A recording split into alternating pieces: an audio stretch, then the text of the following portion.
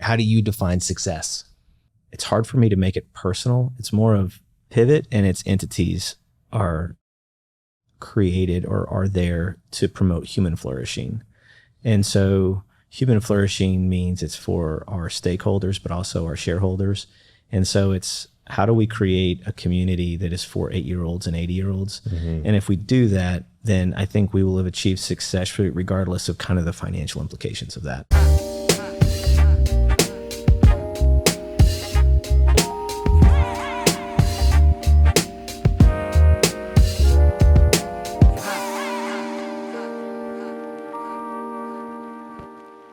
All right. Well, Jonathan Dodson, thanks for joining us on the Entrepreneur Studio. Glad to have you, man. Thank you so much for inviting me. Yeah, absolutely. I think one of the coolest parts about what we get to do here is, we don't talk about Oklahoma City too much on, the studio. Because, obviously our audience is a little bit broader, right? But one of the things that I think is a really compelling story is, like from the building where we shoot every single one of these episodes, it's literally like a block away is the site of the Oklahoma City bombing. And we had Amy Downs on the show to talk about really I'd say a personal experience that she had being in the bombing, surviving, and her story of recovery all the way to becoming the CEO of a local credit union. I think that those stories are really important. And one of the other things that I think is really important is a lot of the work that you do centers around the local communities and things like that, and real estate and development, and thinking about how cities and communities operate. And one of the things that is really, I'd say, hard on a city like Oklahoma City is, right, like in the 80s, you had really the oil crisis that went down. A lot of talent really left OKC, and that's something you talk about a lot that we'll get into.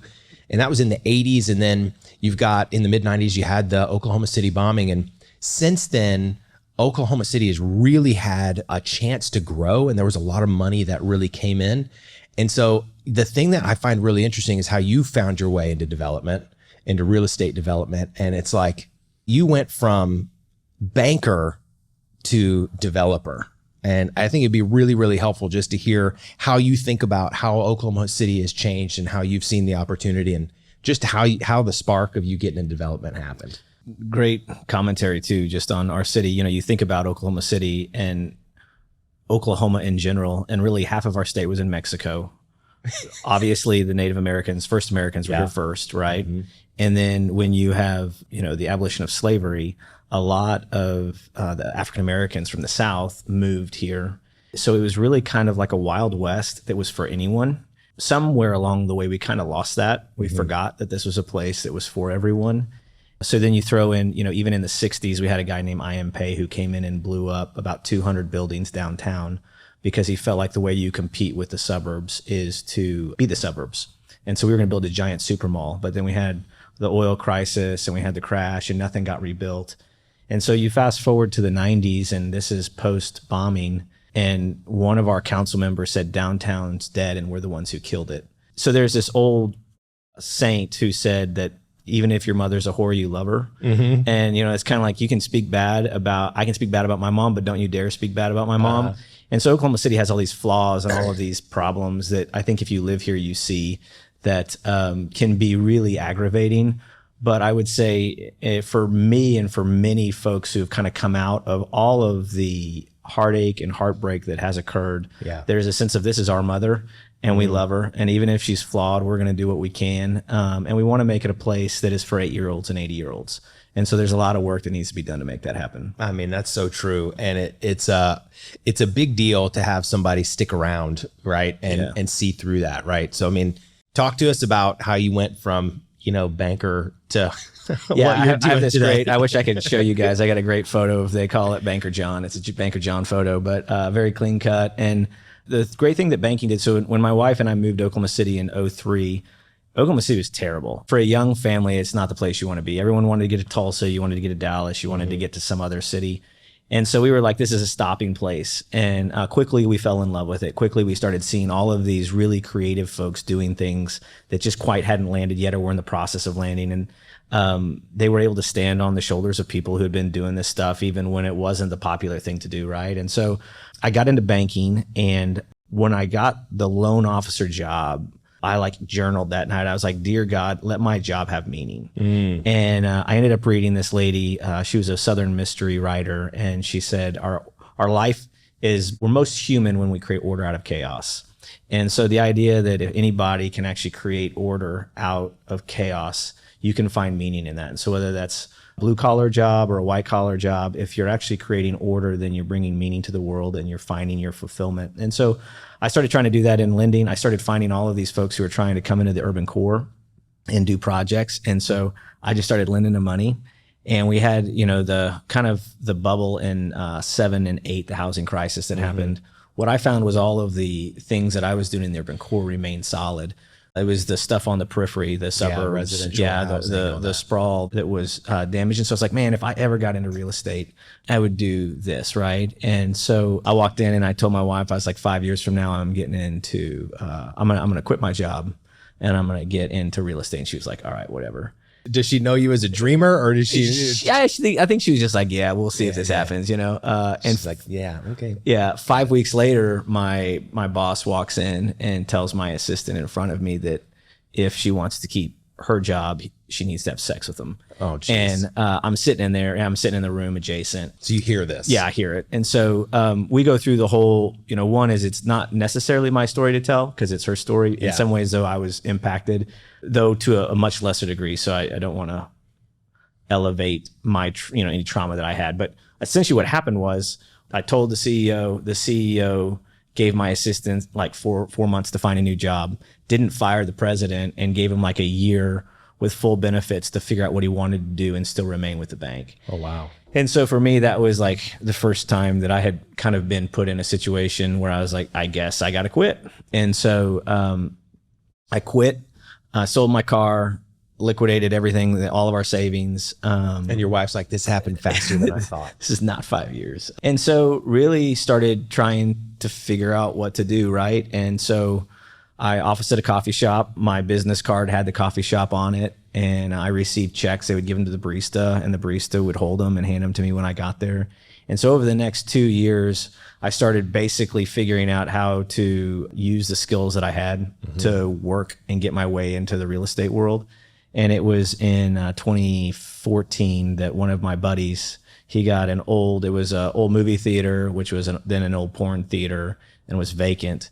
He got that under contract, and he said, hey, what if we became equal partners and we tackled it together? And so that was the birth of Pivot. And so really actually got me going into real estate. And I didn't know anything about it, but I knew that I could figure out how to raise money. I figured we could find debt.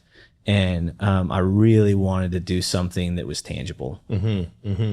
Well, I think that one of the really interesting parts is about how we met, right? You guys have Pony Boy, right? You've got the Tower Theater right there. Who's been a Heartland customer for forever, right? Right.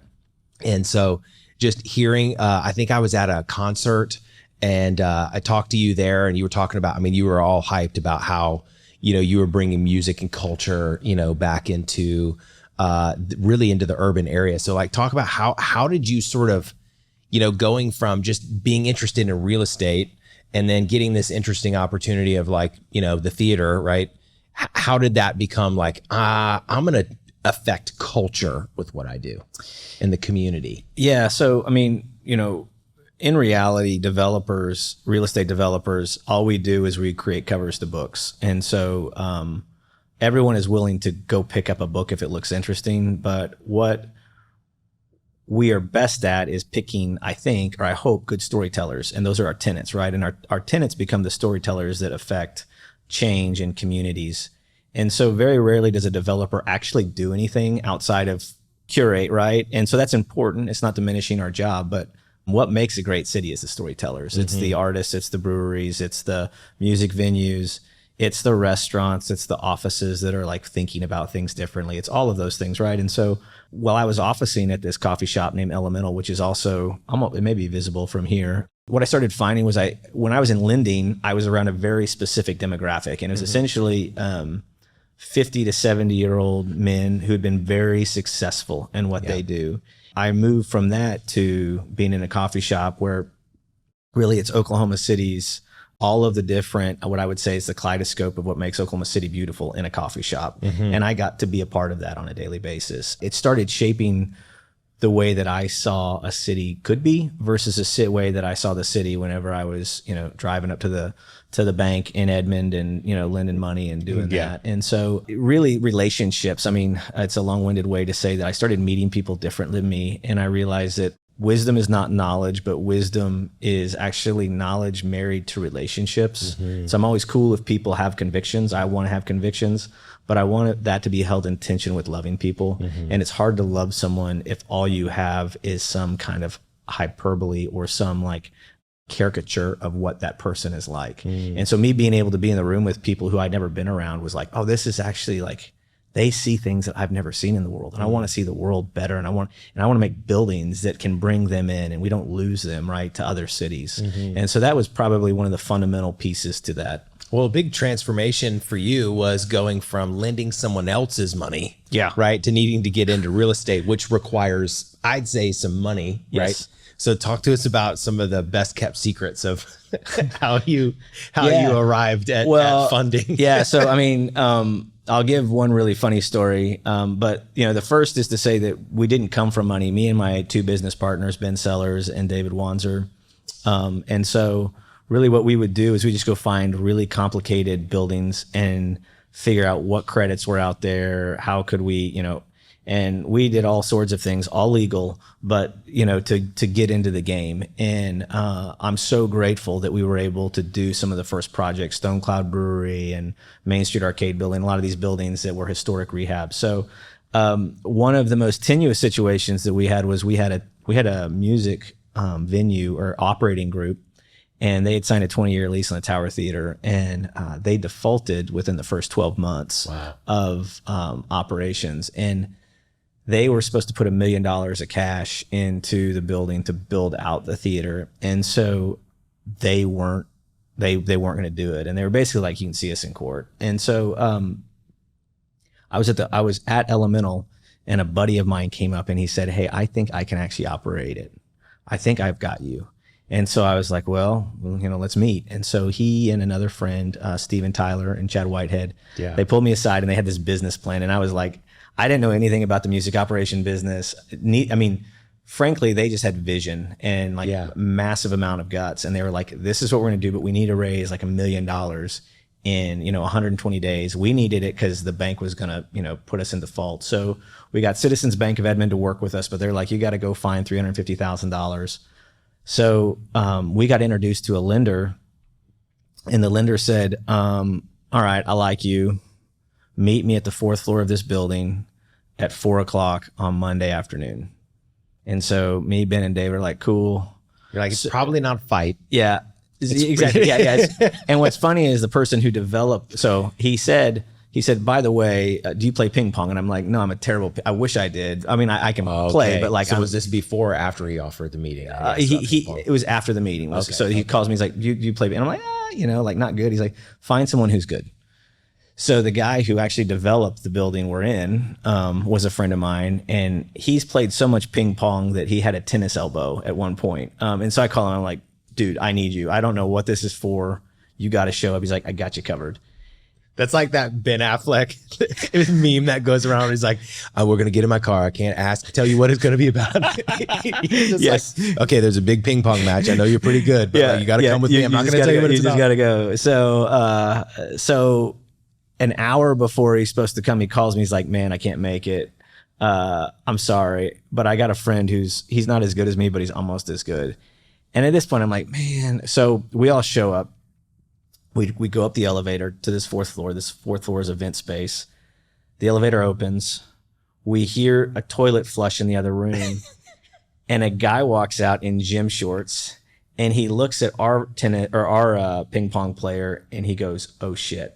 What I didn't know is they knew each other, and they just played each other in a ping pong tournament. No way. So we still don't even know what's at you're like, I don't know what the stakes are. I don't know why we're doing this. And they know each other. I mean, I was like, I didn't even know there was ping pong tournaments, right? So come to find out, this banker, who I will preface to say he is no longer in banking. He did own the bank, but he is no longer in banking. Mm-hmm. He basically said, we're playing for you need $350,000. We're going to play. If you lose, you get $275,000, and you got to pay more in interest. If you win, you get the full amount. Now at this point, we had borrowed everything we had. Like I had given. I mean, we literally had leverage to the hilt, and no money in the account. Like, I mean, personally, like everything. It was like we were broke. So telling me I needed $75,000 at this point in my career was like telling me I needed $1 million, right? It was like, I don't have it. So cue the tennis or the ping pong game starts, and we're watching like a $75,000 ping pong game that the whole, like, I feel like my whole world is dependent upon. And so like I'm sweating, like I've sweat through all my stuff, and it goes. Are you still, or are you pacing it? Oh no, I'm just sweating. I am. So anyways, to wrap the story up, we lose match point, 5th set, it's over. And I'm like, we're done. Like Pivot has had a very short run, and the banker starts laughing, and he's like, well, here's what we'll do. We'll give you a little bit more money, not all of it, but you're going to pay another interest rate increase. Oh, geez. And so we played again, and our guy smoked them 3 straight sets, destroyed them. So we got almost all the money we needed. We paid a lot more money than we should have, and it was all because of a ping pong game.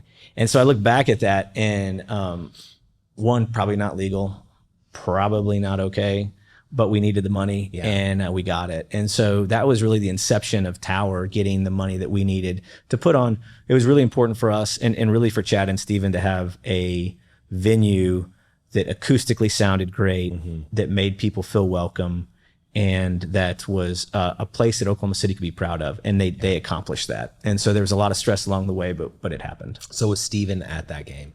No, we didn't, because I don't know how much stress he would have taken. Oh yeah. No, poor guy. Yeah, he's had enough stress as it is. Totally. So yeah. Because I sat down with him probably 2 years ago, and he told us the story. Okay. For another video, and I was just like, man, that is a great story. How he went from being a musician working at the place to all of a sudden be like, I'm the owner. Operate this whole venue. Yeah, it's pretty crazy. Yeah, it's a pretty crazy story. Yeah. Well, other than like, I mean, I couldn't tell the difference when you first said that. It was like a Russian mob movie, or like, a Ben Stiller, you know what I mean? Comedic now, not at the time. Yeah. Well, that's really interesting. So tell us a little bit about the Pivot project. Now that you've got traction, there's things that you guys are doing. Talk about some of the construct of the business and how you guys operate today. Yeah, so we're a full scale development company, and so a lot of times when people say real estate development, what does that mean? They're like, you must be the one to build it. And I'm like, no, that's the general contractor. I'm like, well, you design it. And I see architect, and like, well, you're the ones who are like putting all the money. And I'm like, well, not really. We get investors, right? And so trying to understand what we do is really just going in, and we quarterback and push projects. We find an asset that we like. We say we think it could be this. We go put together the overall financial structure for that. And so it means we need to have good capital partners. We need to have good tenants. And so I think a couple things to think about in terms of what's happened in the past versus what's happened now is, in the 50s and 60s, we had integration of school. We had at first white flight, but then it led to middle class flight. So it was really anyone who was middle class knew they needed to get out of the urban core. And so all of these homes got built out in the suburbs, and there was no retail out there. There was no gas stations. There was nothing, right? And so people started putting gas stations in, and every 2 miles there'd be a gas station with a nail salon and a liquor store, and 2 miles down. And so all of the financial industry started saying, how do we think about this differently? How do we know this one's better than that one? And they said, well, if you have more locations, then you're stronger. So like Little Caesars is better than Empire Slice or your local pizza shop, right? That's what the bank said. That's what they think. The appraisers said. And so really what happened was this ubiquitous redevelopment of areas that was driven by money. And it's not that's not critical or anything. It's just the way that it was. And so if I build a Starbucks in any kind of suburban setting, the moment I get a Starbucks lease and I get them open, that is the most expensive that real estate will be, because it's based upon the term of the lease. It's not based on how much is the asset worth. It's based upon, you got 10 years left. So if you wait to sell for 7 years, you've got a less valuable asset. So what happened is in the suburbs, everyone had to build, fill, and flip. and then you had to re-put that money into a new system. And so the whole system was based upon recreating the same thing over and over again.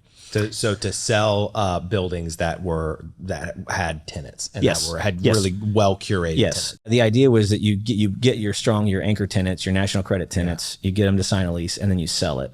But you now have this money that you got to put back to work. So it's a cycle that forces itself. So people are like, well, why does there continue to be sprawl? Well, the whole economic system is based on that, right?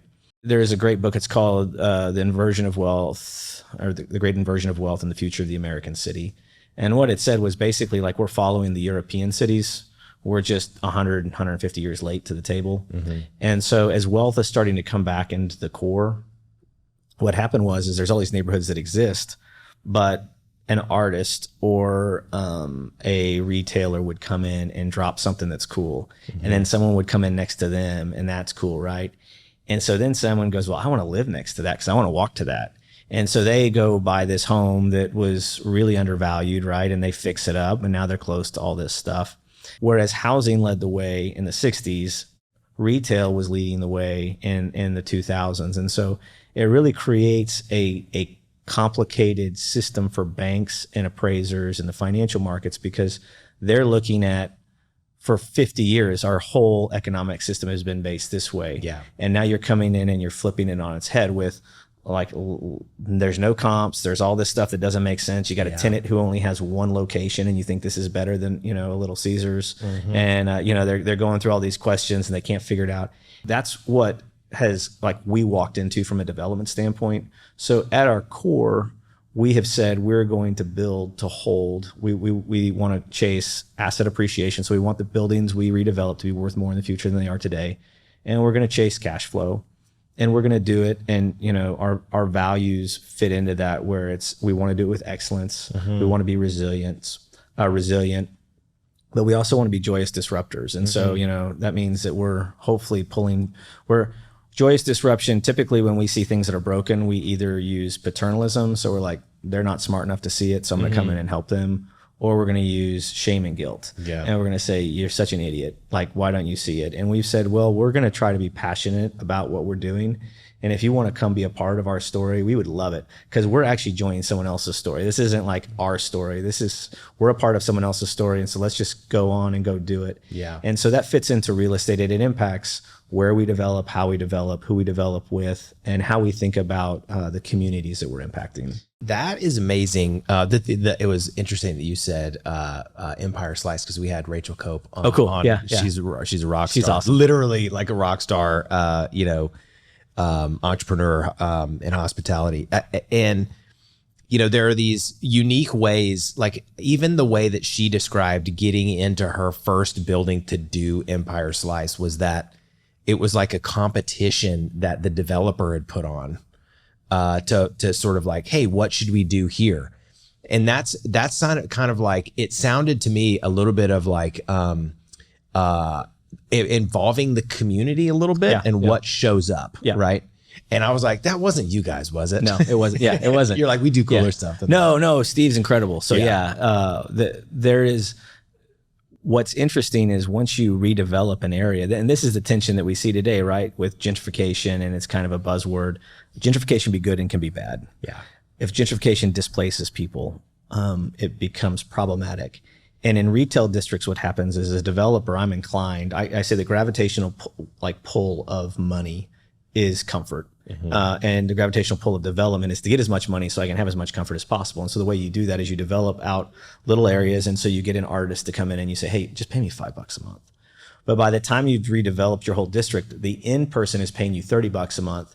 And the person who started paying you $5 as the artist, you're like, dude, I could like make 6 times the money I'm making. Yep. So I think you need to pay me 6 times. And the artist is like, my whole economic system is not based upon me paying rent 6 times of this, right? Yep. So we kick them out and we bring someone else in. And so it's really hard for developers in general is to have restraint, not in restraint in vision, but restraint in saying, how do we actually have a longer term view other than just making money? And it's hard to do. And there's some people who just don't even think about it, right? That's not even, they're like, yeah, the goal is to make as much money as possible. Well, the only value is money, right? Exactly. When that artist created value by saying yes, and was an anchor, it wasn't necessarily like an anchor tenant, but it was like one of the people that gave you sort of initial traction to be able to grow. And so it's like, well, I only value the money, so I'm going to come back to them and say, you need to do this thing, instead of valuing the position and the role they played to get them to the $30. Absolutely. And when we view people, if wealth leads to comfort, the problem with comfort is they build walls, right? And as they build walls, what that does is it prevents us from experiencing pain, which we all are like pain avoidant, right? Yeah. But it also forces us or makes us miss out on experiencing joy, because joy and suffering are typically bedfellows. They're right next to each other. This has become, I was thinking about this the other day. It's like, why is it that I tend to think about the world that way? And it's because it's true for me. Like I'd rather like, how do I prevent myself from actually having to suffer? But if you talk to an opioid addict, it's not like where they're at now, they don't feel anything, but they don't feel any joy, right? And that's the emptiness that's there. And so that's the dilemma of wealth. Wealth is not a bad thing, but when we let wealth or money be it dictates how we make decisions within development, I think we miss out on this whole opportunity to see the world really, really different. I mean, it really erodes something. Yeah, absolutely. And that, you see that all the time in business. And so you've got this model flipping thing that's going on where, when there are no comps, bankers go crazy. They're like, I don't know how to value this, therefore I'm not going to loan anything against it or whatever, and can't see the vision. So talk about how you raise funds if sometimes you got to go adjacent to bankers. What are some of the things that you guys have had to do to really sort of raise funds for people to catch a vision? Because it sounds a hell of a lot to me like SaaS companies. It's like, hey, I've got this really great software. You know what I mean? And you got to sell the vision to investors, because banks are like, no, that's not interested. But real estate is their game. And I never realized how important bankers were to redevelopment that matters. And so we always, like, how we started, we started by we had to go find complicated buildings. And so what we used historic tax credits. We used TIF from the cities. We used all these layers that allowed the bank to get to a place where it could handle it. I think where we hit our wall, and I don't know at what point we want to talk about some of our work on the East Side, but that's where, when we went to the East Side, which is our historic African-American and Black community, that's where things got vastly different. It was different from, we bought the Tower Theater. I didn't have any money to put into the project. We were using tax credits. We didn't have any tenants when we bought it. Me, Ben, and David had no money, and we got a bank to say yes. Wow. And so part of that was reputation, and we take for granted within, I would say, the white community, how much favor we're given just by being in the community and doing stuff, and being a banker provided me credibility that I didn't deserve. Yeah. And so we got a head start that we didn't deserve, but we've used. And there's a lot of people who don't get that. Yeah. And so if we couldn't have borrowed on the Tower Theater, Pivot doesn't exist. Wow. So tell us about the East Side project. Talk about how that changed things for you. Yeah. So I was still at Elemental. University of Oklahoma had a race incident where a college student was singing on a bus about lynching a black man, got caught on camera. They do this race reconciliation conference, and one of the people stands up behind me and says, if you know what it's like to be in my shoes, when's the last time you had someone like me over to your house for dinner? And so that night I went home and I journaled, and I don't typically journal at night, but I did that night, and it was really pathetic. And I've shared this before, but I just said, dear God, let me find a black friend. I didn't have any black friends. My whole world was excluded from really any demographic other than white men, was really like what it could have been. And so over the next couple of years, I started just meeting folks and being intentional, and to be a black person and then to have to walk alongside. So just the burden that entails in terms of racial, inequity, disinvestment. But then you become friends with someone, and then they're wanting to walk through, like, they've got to become aware of the situation, and what does it mean to have white privilege, and then what does it mean to actually not become paternalistic about it and fix the problem? What does it mean to just be a friend and to walk alongside? Like, I had friends who were just willing to do that for me. And so it is not fair for them, but they did it, and they extended grace to me in that way. And so the natural overflow, at some point, the city came to us and said, we would like you to develop on the east side. No one's done any new development in 35 years.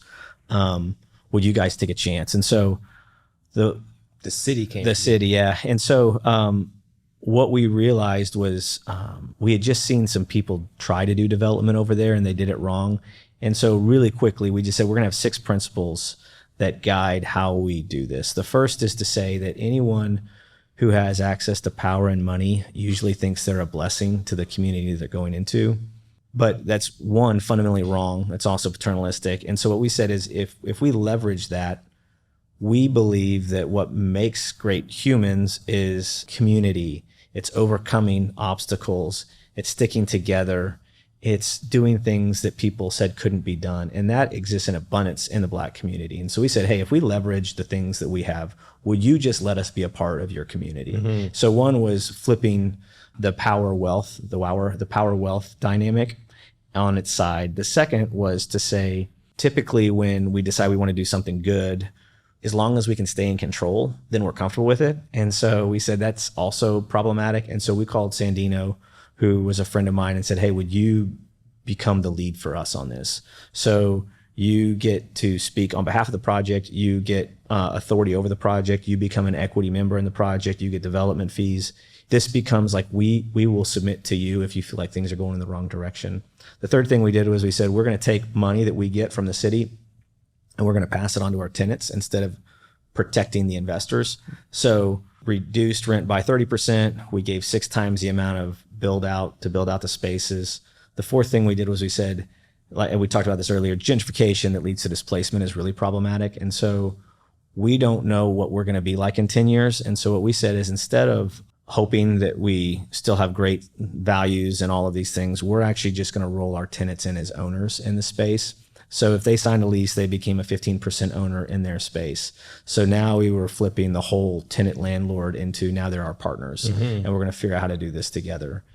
And then what we did was we said, we're going to pay the community to tenant the buildings. And so instead of us bringing in a broker or us trying to tenant the spaces, we said, if you know someone within your community that wants to come here and they sign a lease, we'll pay you the brokerage commission for it.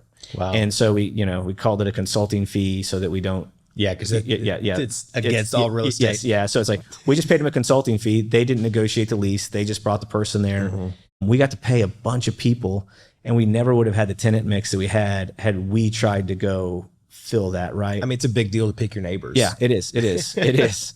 And then the final piece was, we said, we're gonna use this development to find other people who are interested in development and try to train them up in future developments so they can learn how to redevelop their own community.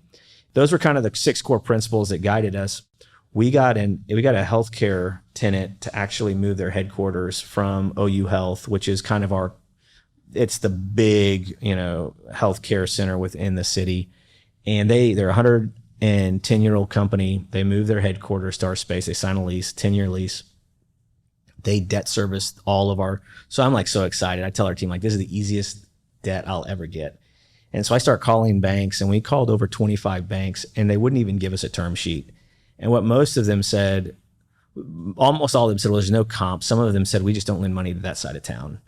And so what was fascinating for me was, this is literally 2 miles due east of the Tower Theater, which is where we started our career.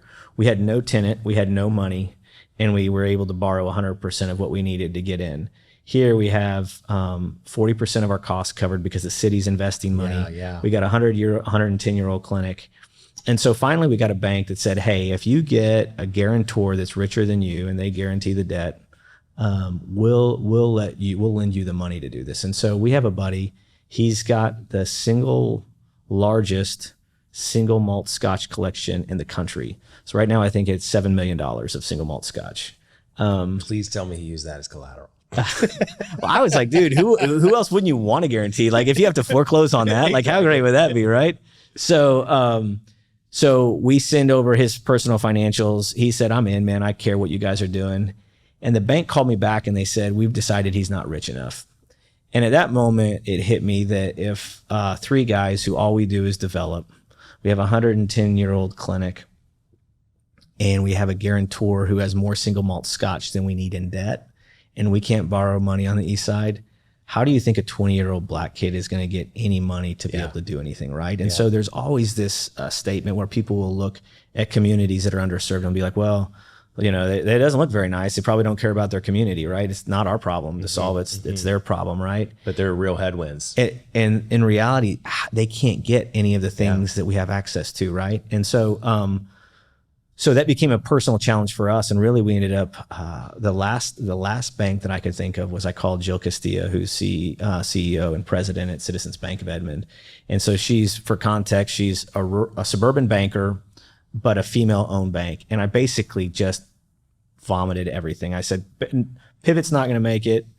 This project's not going to land. We're going to lose the healthcare clinic. They're going to move somewhere else. And she said, I'm in. Let's do this. And so she ended up lending us the money to go do that project. And so it became something of a kind of a just an important piece for us to realize is that part of the redevelopment that we're doing and the joyous disruption we're doing is actually creating comparables so that when someone in the black community wants to finally go do a building, you can't say, well, there's been no development over here in 35 years. You say, well, there was, and it's been successful. And so now we have to give you money. So when 80% of middle class wealth is derived through home ownership, and we purposefully didn't allow a group of people because of the color of their skin to borrow money to buy homes for 2 generations, there's cycles that are gonna be created. And so that's the system. And so, we talk about it's like the system is the thing that people have a hard time seeing. And so the only time typically we can actually see the system is by entering into relationships with one another and then seeing what those systems are like. So when I go with JB, who's become a friend of mine, and we fly together, he almost every time he goes through TSA, he gets strip searched. And so like, I film him. I go through first, and then I film him because it happens every time. And I've seen, he had a little lightning bolt necklace, and they were trying to take that away from him because they said he might use it as a weapon on a plane. And just those microaggressions that they go through every day, that I get pissed if someone pulls off in front of me, right? Like that's my frustration for the day, right? So they have taught me more about patience and kindness and goodness and the way that we should see the world that I never would have been able to see had I not been welcomed by their community. It's an amazing story. And, the amount of stressors that you've expressed, right, where you've got your own sort of personal viability on the line, you've got reputation on the line, you've got, you got a family, all of those kinds of things. Those things matter too. Yeah. And, but you're sort of on a mission at the same time. And those stressors likely have take a toll, or there's a price to pay or whatever with some of those stressors. So talk to us through some of the way that you just mindset that you use, practices that you use to really kind of work through some of those challenging times, right? You mentioned journaling. What are some of the other techniques, or maybe some of the feelings that you've had to process through, and what do you do to kind of overcome? Yeah, it's interesting because the weird thing about real estate development, and other entrepreneurs will understand this, you're basically battling against everyone, because everyone said, well, this building's empty because it doesn't have any worth, right? And you're going in and you're saying, no, it does have worth, and it will be an asset to the community, and we will redevelop it. So you're fighting the money, you're fighting, you've got some tenants that want to come in and some that don't, and so you feel like you're having to fight them to get them in, and you're in this constant. And so development in general can really become about you very quickly, and I can make a lot of things about me pretty quick. And so one of the things that was intentional just from a system standpoint was we said we're not going to build a development company around an individual. And so, I told the team in one meeting, I said, I think the quickest way for us to like launch our company, we've since kind of reorganized and we're doing some bigger projects. But as we're talking about this, I said the best way to like kind of relaunch this is to make it about me. But the best way to make sure that it fails in spectacular fashion is to make it about me. And so we're going to try to build something that's bigger than any of us. So that's like from a system standpoint, that's one. There's a lot of things that, whether it's running or whether it's, I journal and I read. I try to read a lot. And I read a lot of fiction. Actually, I've read East of Eden 5 times in the last 6 months. And so if there's any East of Eden fans out there, I would love to just talk to you about it. Best book ever written. And so Noted. But then, it helps too to have a family that doesn't think you're that big of a deal. Like the reality of like, I get caught up in things that I think are really massive and important. And we just developed a dog park bar called Barquet, and it's down by the river, and it's like a restaurant dog park. And I was pulling my family in for the first time, and it was done. And one of my kids was like, finally, Dad, you've done something good. Like of all of the things that we've done, they're like, and why? Because there's pets there, right? Like, the barometer for them is like, Dad, like my oldest son was like, why do you just do like breweries and music venues and bars? Like, that's so dumb. So dumb. And I'm like, oh my gosh. But having that perspective is really helpful, because we really can make what we're doing seem like it's the most important thing in the world. And I think a lot of that comes out of insecurity and really understanding our place and how these things work. And in 2 generations, I heard someone say this, and I've never forgotten it. We tend to get caught up in legacy and what legacy are we going to leave, right? But really what that means is how, at its worst level, it means how can we control the narrative so people remember us the way that we want. And if they're not going to remember me the way that I want, then I'm not interested in dealing with that. And the freedom, if we flip it to say, if our life is just an offering to others, take it or leave it, but like it becomes so less controlling in terms of how people take us. So yeah, we're going to screw up. Yeah, we're going to mess up. Yeah, people are going to misunderstand our motives, our intentions. But if we're free of being caught up in that legacy trap, I think it allows us to actually do some meaningful things and it not impact who we are at our very core. It's incredible to hear.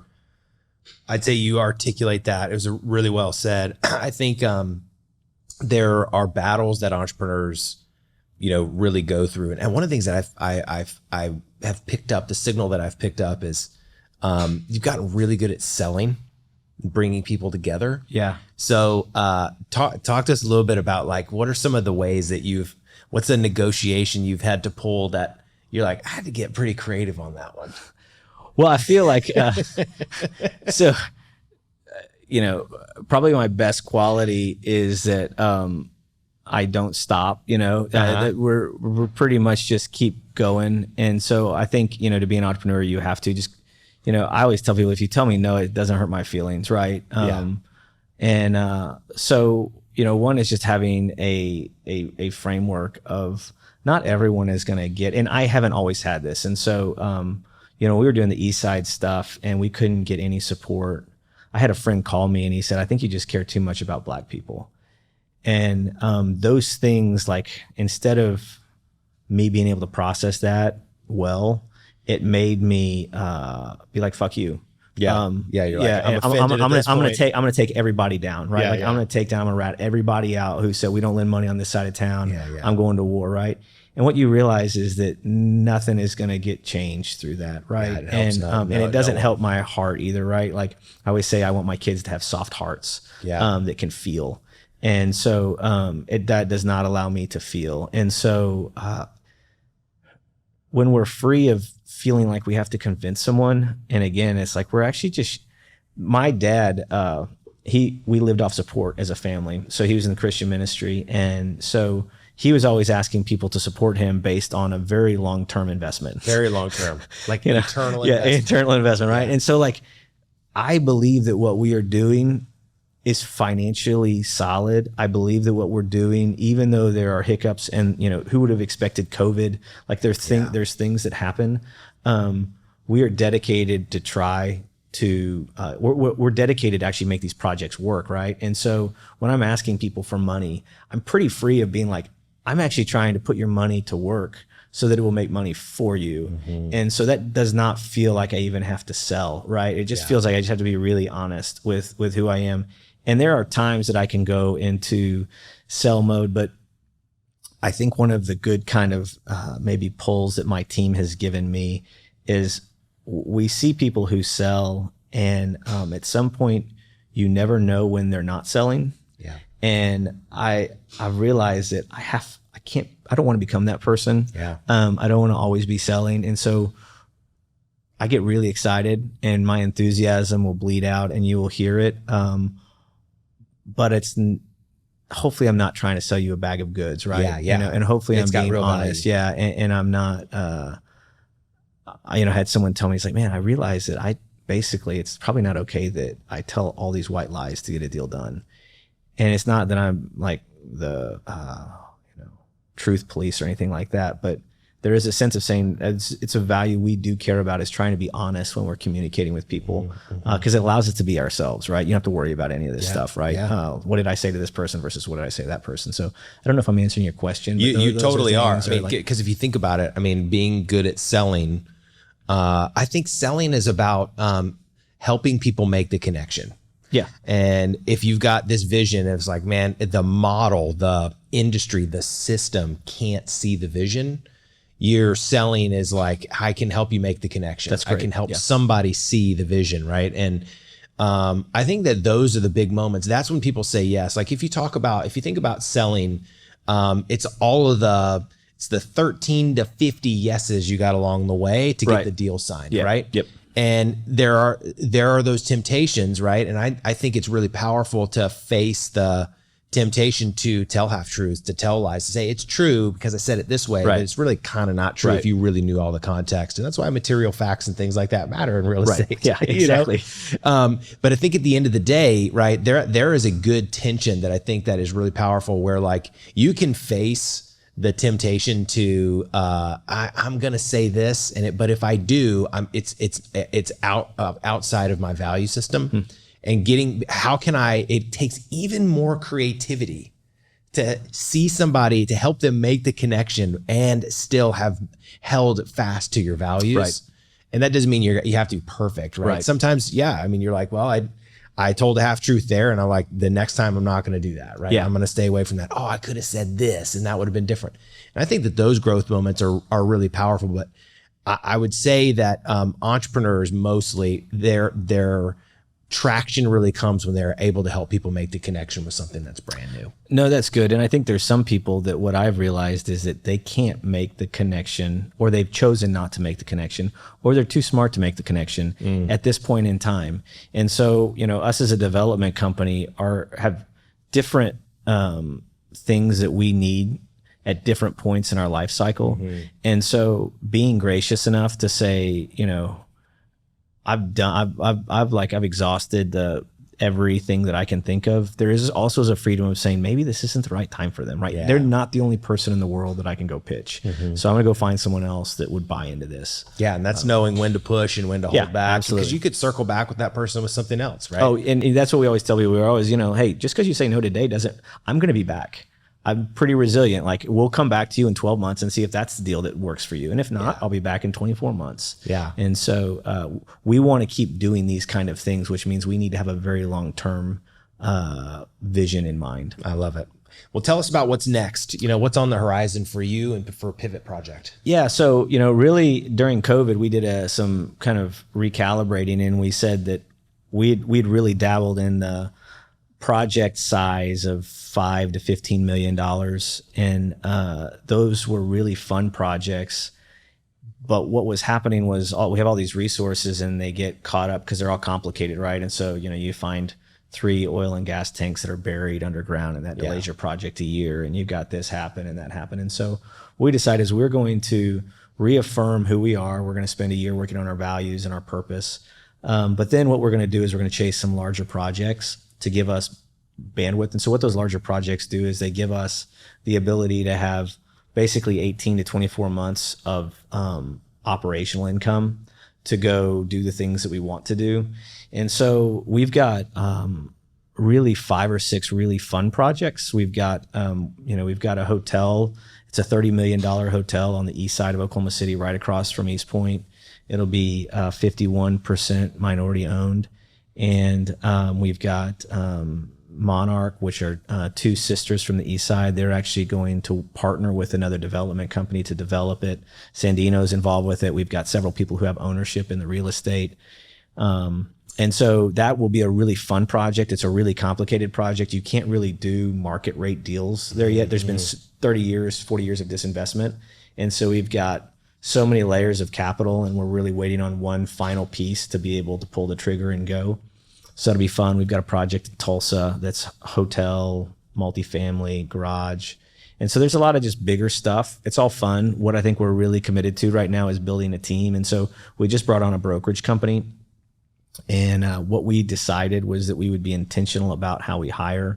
So joyous disruption doesn't mean that we have to be out in your face. It just means we're going to hire differently. And so we've been really, there's not many female developers. There's not many female brokers.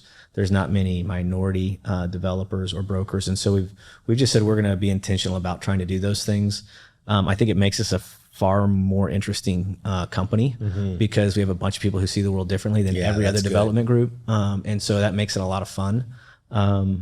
But yeah, we're in a really fun stage right now. And I think over the next 2 to 3 years, what's interesting, we alluded to this, when we had all the talent leave in the 80s, all of the development within Oklahoma City has really been done by individuals, really talented individuals who have put together some incredible projects. And so like this building that we're in, I mean, we just walk down and show some incredible projects, right? But none of them have been development companies, like companies that are actually built out to do this. And so in even naming, us being Pivot, it's like we're being intentional about when people drive by, oh, that's something Pivot did, right? That's not Wanzer or Dodson or whoever. And so we're trying to build a team that we think can go do more. And hopefully we can do more, in Oklahoma and outside of Oklahoma. Yeah. Yeah. Well, I mean, it's been incredible to see, what you guys have done. I think there's always these really, I would say really complimentary whispers, right? Conversations that you have at an event or something like that about the work that you guys are doing. And I think that, the community that we're here in, I mean, even the company that I work for, right? There's a lot of people who are really proud of the work that you guys are doing and want you to keep doing it. And, I'd love a good Tower Theater show, so I really have really just enjoyed the conversation. And I have some rapid fire questions that I'd like to ask you. Okay. We did not share any of these with you. You didn't? Okay, so like rapid fire, do I have to be honest? No, I'm kidding. And how much time? What is rapid fire? Yeah, well, I mean, as fast as you would like, right? It may just be as fast as I read the question. Okay, all right, let's do it. All right. First one, are you a morning person or a night owl? Morning. I guessed this one. So my next question is, what's the most important or most unique part of your morning routine? You could say coffee. It's the 5 minutes that I stand doing the pour over, waiting for the water to boil. What have I pulled up on my phone, or what am I spending my time thinking about in those 5 minutes? Yeah. So there you go. Yeah, there you go. Well, see, yeah, I said coffee and you're like, well, the pour over. You definitely have good taste. The world ends on Monday. What are you doing? How are you going to spend this next weekend? Telling people things I should have told them that I hadn't.